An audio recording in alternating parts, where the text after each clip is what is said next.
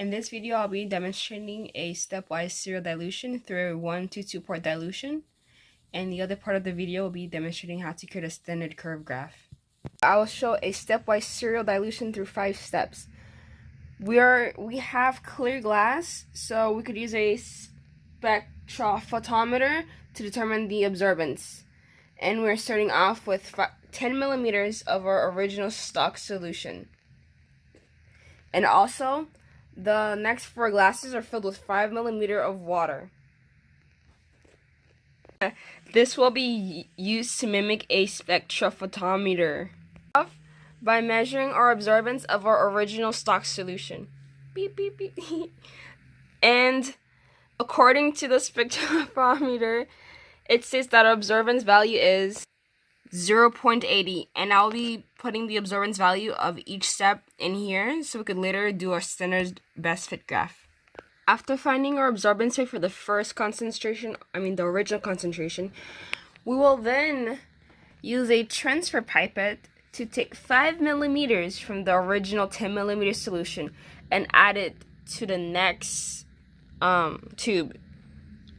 This is 5 millimeter, and another 5 millimeter will cause this to be a 10 millimeter stock solution. And also, we are doing a 1 to 2 port dilution.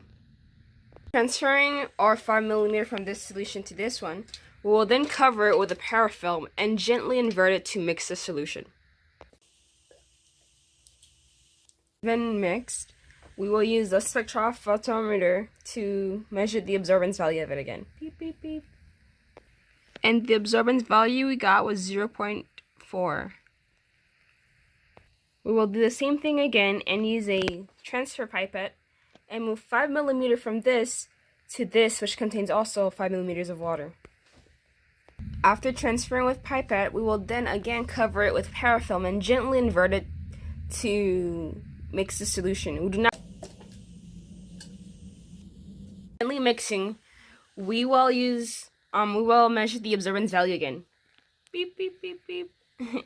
And the absorbance value we got for the third step is 0.2. We will do it again. We will move 5 millimeters from this to this. We will then cover with parafilm and invert gently. The absorbance value beep, beep, beep, gives us 0.10. Finally, again, we move 5 millimeters from this to the 5 millimeters of water, put parafilm on it, and measure the absorbance value. And we'll measure the absorbance value. Beep, beep, beep. The value of our last test tube is 0.05.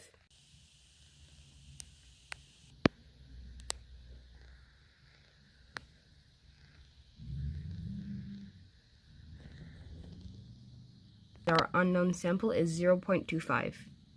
We will then press insert and go down to chart.